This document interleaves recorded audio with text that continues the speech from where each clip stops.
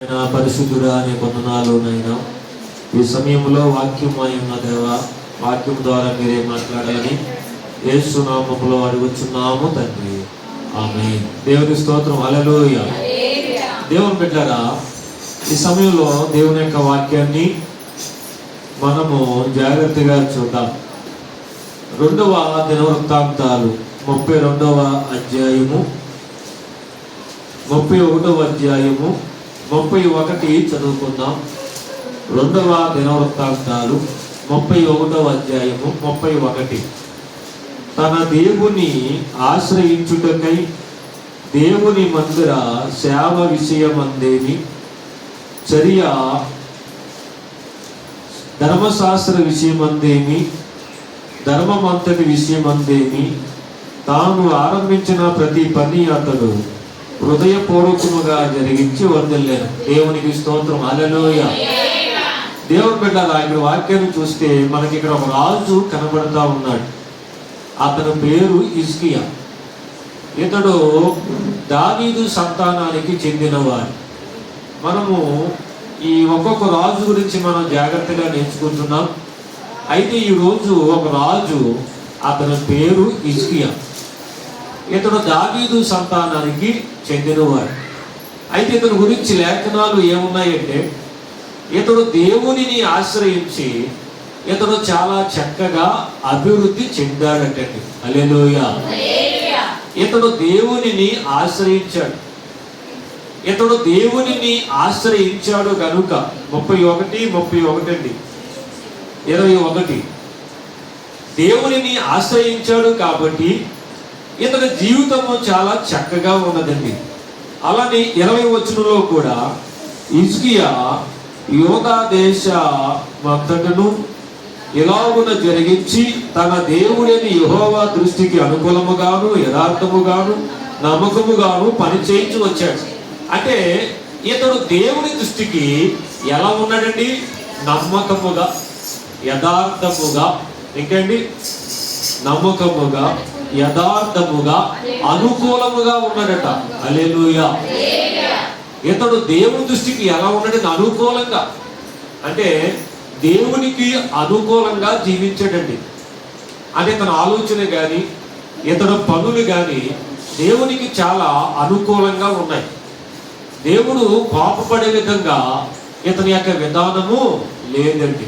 కనుక హిజ్కియా గురించి వాక్యం ఏముందంటే, ఇతడు అనుకూలంగా జీవిస్తున్నాడు, దేవునికి యథార్థంగా జీవిస్తున్నాడు. తర్వాత ఇంకేమిటండి? నమ్మకముగా దేవుడు జీవిస్తూనే ఉన్నాడు. హల్లెలూయా. అయితే మరి ఎవరైతే ఎప్పుడైతే దేవుని దృష్టిలో యథార్థంగా నమ్మకంగా జీవిస్తారో దేవుడు వారిని హెచ్చిస్తాడు. హల్లెలూయా. వారు ఏ రంగంలో ఉన్నా సరే, వారు ఏ వర్క్లో ఉన్నా సరే, దేవుడు ఆ వ్యక్తిని ఏం చేస్తాడంటే అభివృద్ధి చేస్తాడు. అలాగే హిజ్కియా విషయంలో దేవుడు అభివృద్ధి చేశాడు. అంటే హిజ్కియా వర్ధిల్లాడు. హల్లెలూయా. సరే, ఇతని జీవితం బాగానే ఉంది, దేవుడు నమ్మాడు. అయితే దేవుడు ఇతనికి సహాయంగా ఉన్నాడు, దేవుడు ఇతనికి కరుణ చూపుతున్నాడు, ఇతని జీవితం బాగానే ఉంది. ఈ లోపల అతనికి ఒక పిడుగు లాంటి వార్త వచ్చింది ఈ రాజుకి. ఈ రాజు పేరు హిజ్కియా.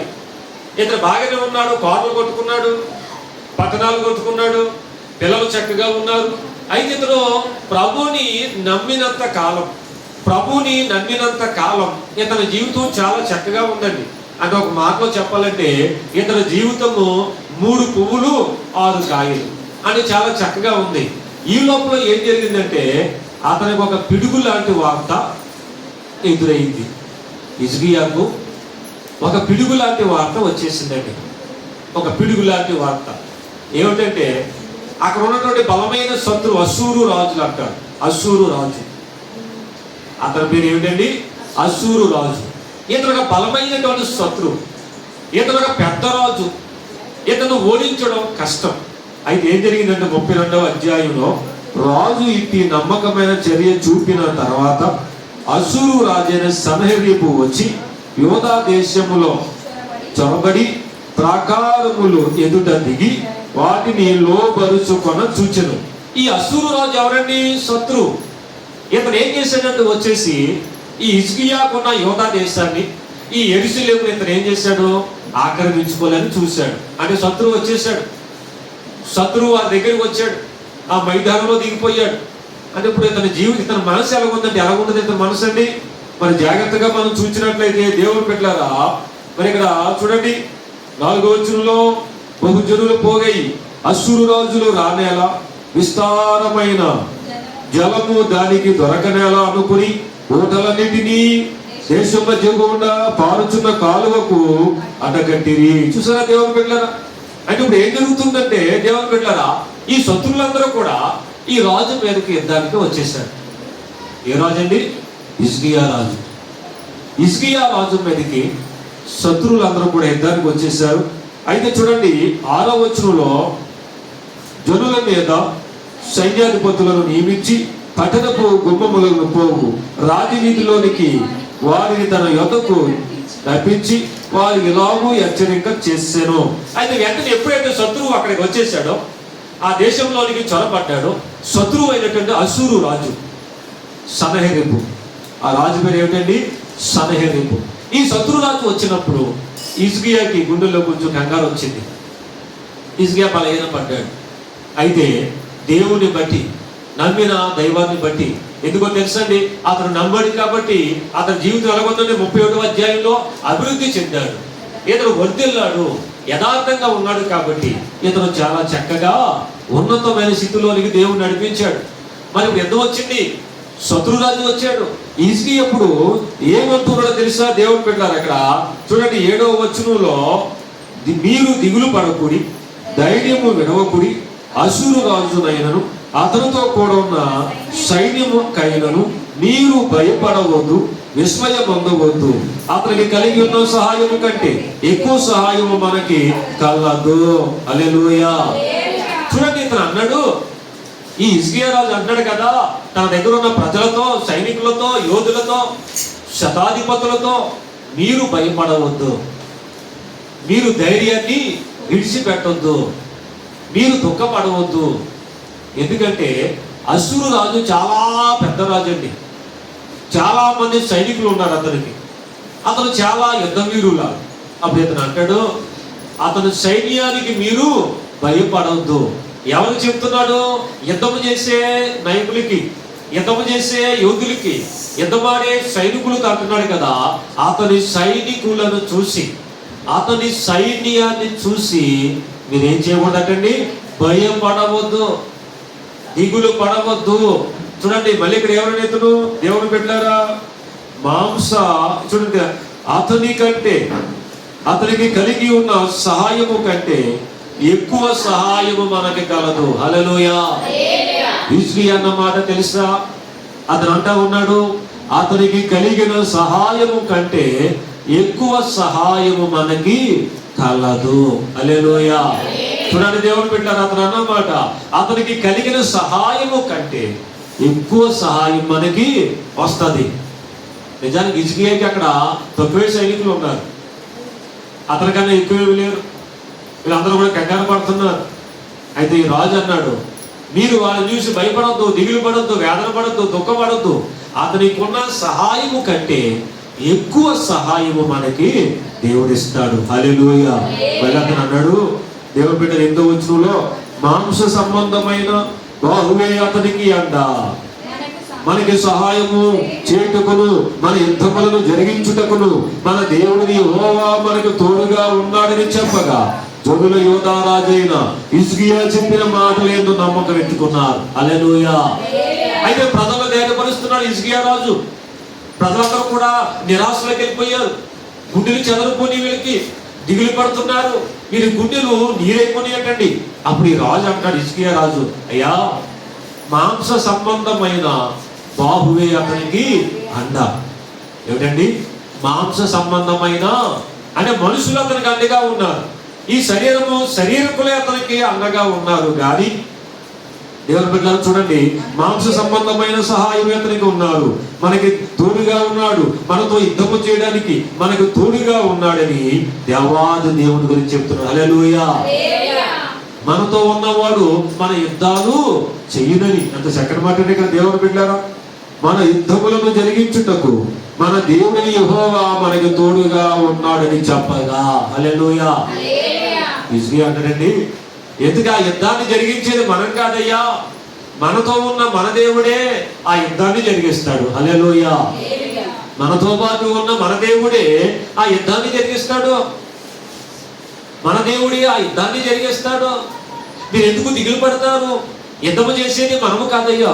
అందుకే దావీదు ఒక మాట్లాడాడు కీర్తన గ్రంథములో, నా వ్రేళ్ళకి పోరాటమును నాకు యుద్ధమును నేర్పువాడు నీవే అంటాడు. హల్లెలూయా. దావీదు గారు అన్న మాట ఏమిటండి? నా వ్రేళ్ళకి పోరాటము నాకు యుద్ధము నేర్పేవాడవు నీవే. హల్లెలూయా. చూడు ఎంత చక్కని మాట అన్నాడు. ఈ మాటల ప్రకారం ఇప్పుడు జనులందరూ కూడా ధైర్యపడ్డారు. ఎవరండి? హిజ్కియా దగ్గర ఉన్న ప్రజలు, హిజ్కియా దగ్గర ఉన్న సైన్యాధిపతులు, హిజ్కియా దగ్గర యుద్ధమాడేవారు సైనికులు, వీళ్ళందరికీ ఏమొచ్చిందండి? ఇప్పుడు ధైర్యం వచ్చింది. వీళ్ళందరూ కూడా ధైర్యపడ్డారు. అయితే ఈ సమయంలో ఏం జరిగిందో తెలుసండి? ఎవరైతే యుద్ధానికి వచ్చాడు ఎవరండి? ఆ అశ్షూరు రాజు. ఎవరండి? ఈ అశ్షూరు రాజు స్వయంగా అతను దిగి అతను మధ్యవర్తులను పంపించి అంటున్నాడు, వీళ్ళందరినీ బలహీనపరుస్తున్నాడు. ఎవరిని? ఈ దేశంలో ఉన్న ప్రజలని. ఏమన్నాడో చెప్పనా? మీరందరూ కూడా మోసపోవద్దు, హిజ్కియా మిమ్మల్ని మోసం చేస్తున్నాడు. నా చేతిలో మా పితరులు, మా తాతలు, తండ్రులు, మేమందరం కూడా ఎంతో మందిని జయించాము. మేము ఏ దేశం మీద యుద్ధానికి వెళ్తున్నామో ఆ దేశము మా చేతిలోనే ఉంటుంది. ఎవరు కూడా మా చేతిలో నుంచి ఎవరు కూడా పారిపోలేదని ఇతడు చెబుతూ ఉన్నాడు. ఎవరండి? శత్రువు చెప్తున్నాడు అశ్షూరు రాజు. చూడండి దేవుని బిడ్డలారా, ఎన్నో వచ్చిన వాడిని జాగ్రత్తగా చూస్తే 11వ వచనంలో చూడండి దేవుని బిడ్డలారా, 10వ వచనం చూడండి. తన సేవకులను పంపి ఎలాగూ ప్రకటన చేయించెను. అశ్షూరు రాజుని సన్హెరీబు సెలవిచ్చిన దేవనగా, దేని నమ్మి మీరు ముట్టడిగా ఇచ్చున్న యెరూషలేములో నిలుచున్నారు. చూసారండి, ఈ రాజు అన్నాడు, శత్రురాజు, అయ్యా దేనిని నమ్మి మీరు ఇంకా అక్కడే ఉన్నారు అంటే ఇప్పుడు రాజు అంటున్నాడు, మీరందరూ వచ్చి నాతో ఏం చేయాలి? సంధి చేయాలి. మీరందరూ కూడా శరణ కోరుకుంటే నేను మీ ప్రాణాలు విడిచిపెడతాను. మళ్ళీ ఇతను అన్నమాట చూడండి దేవుని బిడ్డలారా, ఏమిటంటే 12వ వచనంలో ఆ హిజ్కియా చూడండి 11వ వచనంలో, నేనును నా పితరులను ఇతర దేశముల జనుల అందరికీ ఏమేమి చేసితమో మీరు ఎరిగిరా. ఆ దేశ జనుల దేవతలు వారి దేశములను నా చేతిలో నుంచి ఏమాత్రమును రక్షింప చాలి ఉండెనా. మీ దేవుడు మిమ్మల్ని నా చేతిలో నుంచి విడిపించునట్టుకు నా పితరులు బుద్ధిగా నిర్మూలన చేసిన ఆయా దేశస్థుల దేవతలలో తన జనులను నా చేతిలో నుంచి విడిపించగలిగిన దేవుడు ఒక్కనైనా ఉండెనా. కాబట్టి ఇప్పుడు హిజ్కియా చేత మీరు మోసపోవద్దు, మీరు అట్టి ప్రేరేపణకు లోబడి అతని నమ్ముకోవద్దు. ఏ జనుల దేవుడైనను ఏ రాజ్యపు దేవుడైనను తన జనులను నా చేతిలో నుండి గాని నా పితరుల చేతిలో నుండి గాని విడిపించలేకపోగా నీ దేవుడు నా చేతిలో నుండి మిమ్ములను మొదలే విడిపించలేకపోవును కదా అనెను. సరేండి, ఈ రాజు పలుకుతున్న మాట ఎవరంటే? అశ్షూరు రాజు. ఎవరండి? ఈ శత్రురాజు అన్నాడు, ఎన్నో దేశాల మీద యుద్ధాలకు వెళ్ళాం మేము, కానీ ఏ దేవత గాని ఎవరో గాని నా చేతిలో నుంచి ఎవరినో కూడా రక్షించలేదు. మీరేమో దేవుడు అంటున్నారు. మీ పరిస్థితి చూసుకోండి ఒకసారి, మీ పరిస్థితి ఆలోచన చేయండి. మేము యుద్ధానికి వచ్చాము ఇక్కడికి, ఎవరు కూడా మా చేతిలో పడ్డటువంటి వారిని మేము ఎప్పుడు కూడా విడిచి పెట్టలేదు. ఇదన్నమాట, నా చేతిలో నుంచి మిమ్మును విడిపించలేకపోవును కదా నేను. చూసారా దేవుని బిడ్డారా, అసలు నా చేతిలోంచి ఎవరు కూడా మిమ్ములను విడిపించలేకపోవునని. తర్వాత చూడండి 16వ వచనంలో, అతని సేవకులు దేవుడిని యెహోవా మీదను ఆయన సేవకుడు హిజ్కియా మీదను ఇంకను దేవాపనులు పేరిది. ఎవరటండి? హిజ్కియా దగ్గర ఉన్న సేవకులట దేవుడి మీద, ఈ రాజు మీద. ఎవరంటే? రాజు హిజ్కియా రాజు మీద ఏలనగా మాట్లాడారటండి, అపహాస్యము చేశారటండి, దోషణలు చేశారట. చూసారా దేవుని పెట్టారా? ఈరోజు హిజ్కియా ప్రభు నమ్ముకొని ధైర్యంగా ఉంటే, తన జనాంగాన్ని బలపరుస్తూ ఉంటే, ఈ శత్రురాజు వచ్చి అంటాడు, నా చేతిలో నుంచి మిమ్ములను నీ దేవుడు విడిపించలేడు, కాపాడలేడు. అసలు మొదటే మిమ్మల్ని విడిపించలేడు, మీ పరిస్థితి చాలా కష్టం అవుతుంది అని చెప్పగానే ఎలాగుంటుందండి ఇక్కడ? అంతేకాదట, అతని సేవకులు వచ్చి, శత్రు రాజు సేవకులు వచ్చి హిజ్కియాను వీళ్ళందరూ కూడా దోషణలు పలికారట, ఏలన చేశారట, అపహాస్యము చేశారట. చూడండి దేవుని బిడ్డలారా, వాక్యంలో మనం జాగ్రత్తగా చూసినట్లయితే 18వ వచనంలో, అప్పుడు వారు పట్టణమును పట్టుకున్న వలనన్నా 17వ వచనం చదవండి. అదిగాక ఇతర దేశముల జనుల దేవతలు తమ జనులను నా చేతిలో నుంచి ఎలాగూ విడిపించలేకపోయిన, అలాగని హిజ్కియా సేవించు దేవుడు తన జనులను నా చేతిలో నుంచి విడిపించలేకపోవునని ఇశ్రాయేలు దేవుడని యెహోవాను నిందించడానికి ఆయన మీద అపవాదములు పలుకుటను అతను పత్రిక రాసిన అని ఇక్కడ దేవుడి మీద అపహాస్యం చేశారు ఒకటి. రెండోది దేవుడి మీద నిందలేశారట, దేవుడి మీద అపవాదాలు పలుకుతున్నారట. అంటే శత్రువు వచ్చి ఏం చేస్తున్నాడు? మొదట హిజ్కియా నీకు శక్తి లేదు, నీకు బలము లేదని హిజ్కియాని తక్కువగా మాట్లాడుతున్నాడు.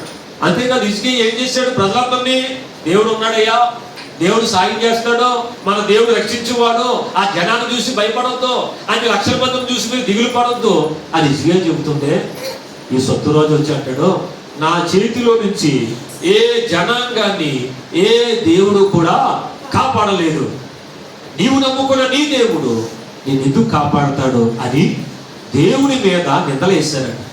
ఆకాశం ముందు ఉన్న దేవుడి మీద ఏం చేశారండి? నిందలు వేశారు. ఆకాశం ముందు ఉన్న దేవుడి మీద అపహాస్యము చేశారు. ఆకాశం ముందున్న దేవుడి మీద దోషణలు పలికారు. చూసారా దేవుడు పెట్టారు? ఈరోజు మనిషి యొక్క విధానం ఎలాగుందంటే, తనకు అన్నీ వచ్చాక దేవాది దేవుడు మర్చిపోతూ ఉన్నాడు. తనకు అన్నీ కలుగుతూ ఉన్నప్పుడు దేవుడిని నెగ్లెక్ట్గా చూసేటటువంటి ఆలోచనతో ఉన్నాడు. దేవుడి మీద చిన్నచూపుగా ఉంటూ ఉన్నాడు.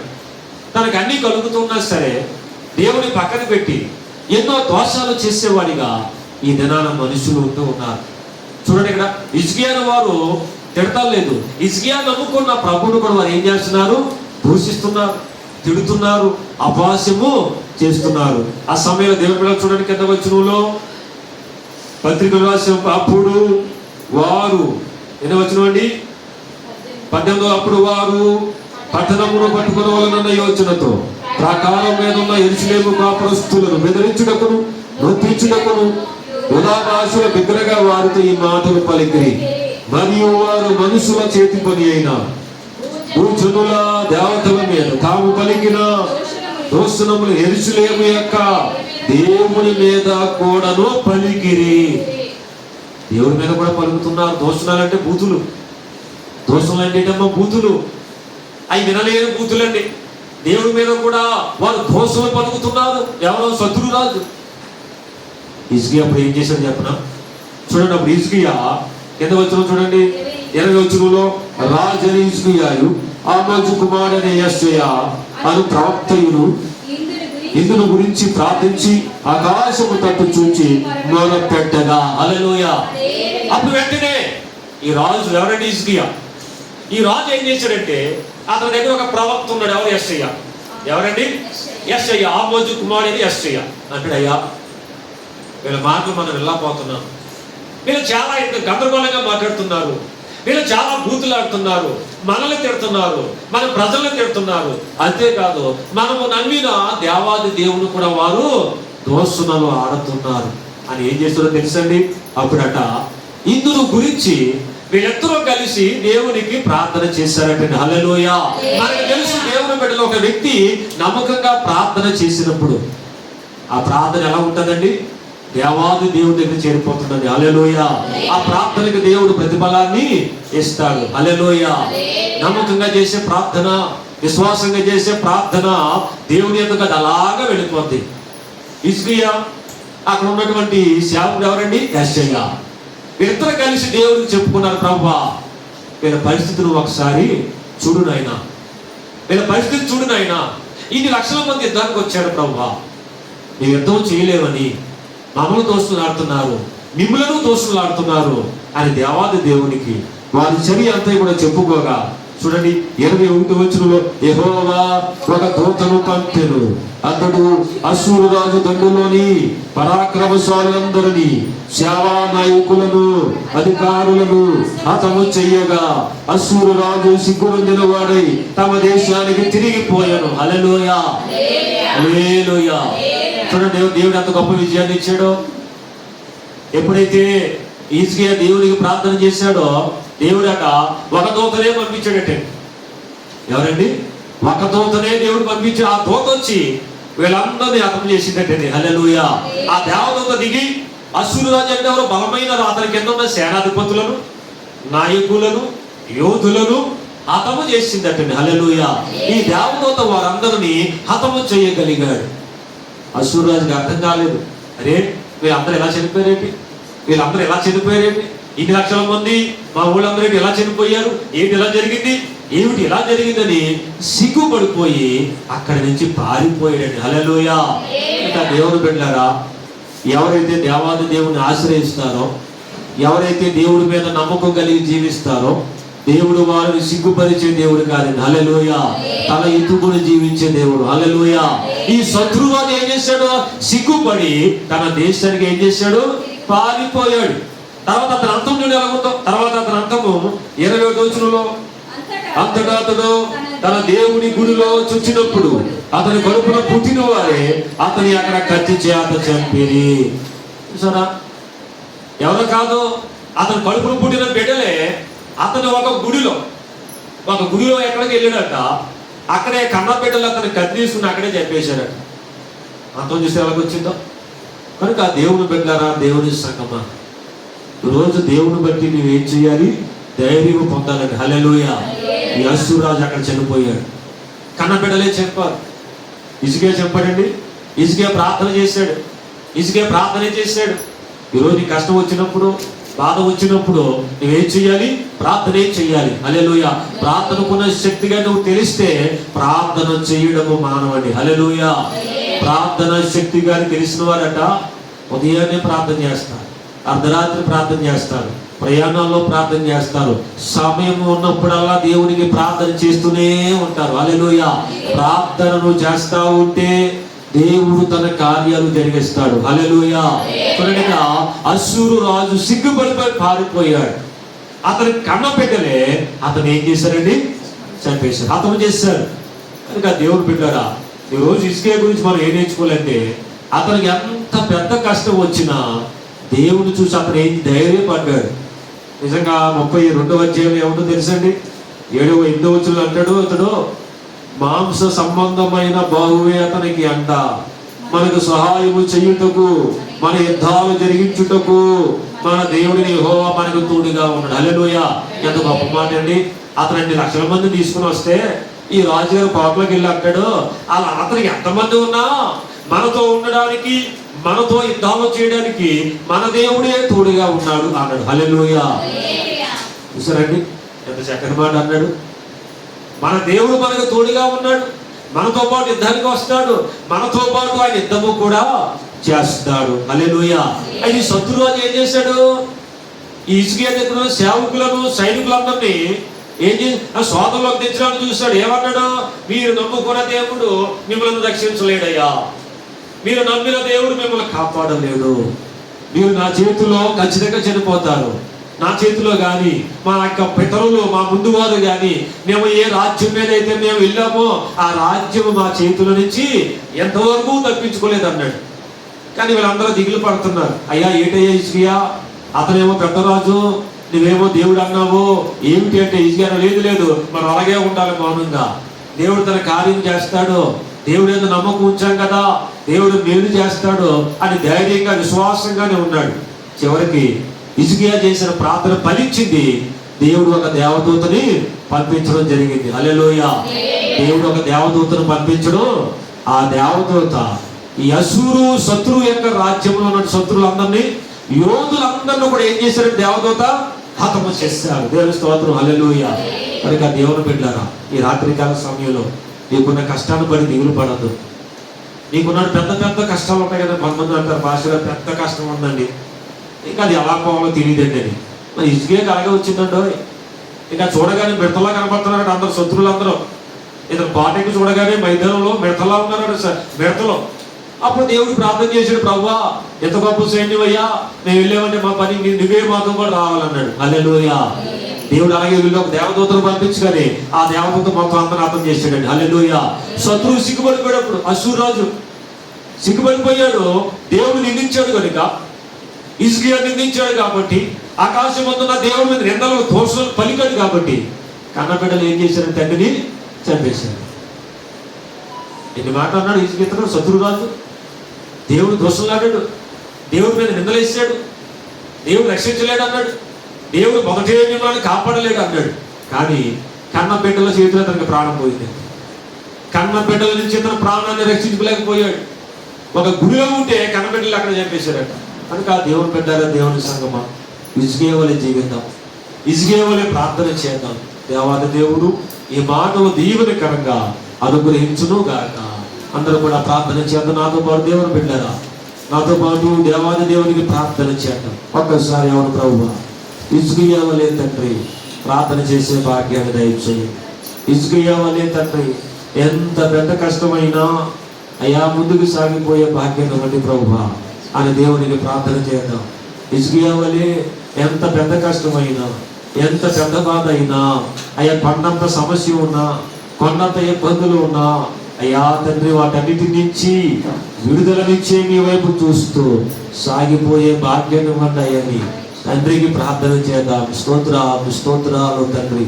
ప్రార్థన చేద్దాం. ప్రతి ఒక్కరూ కూడా వాక్యం వినిచున్న దేవుని బిడ్డలారా, నువ్వు ఎక్కడ ఉన్నాను సరే, నువ్వు దేవాది దేవునికి నువ్వు ప్రార్థన చేసినప్పుడు తప్పకుండా దేవుడి కార్యాలు చేస్తాడు, తప్పకుండా దేవుడు ఘన కార్యాలు చేస్తాడు. నీ ప్రార్థన వినే దేవుడు హిజ్కియా ప్రార్థన విన్నాడు, హిజ్కియా సేవకులు చేసిన ప్రార్థన విన్నాడు, హిజ్కియా ప్రార్థన విని దేవుడు కార్యాలు చేశాడు. అలానే నువ్వు చేసిన ప్రార్థన దేవుడు విని గొప్ప కార్యాలు దేవుడు జరిగిస్తాడు. ప్రార్థన చేద్దాం.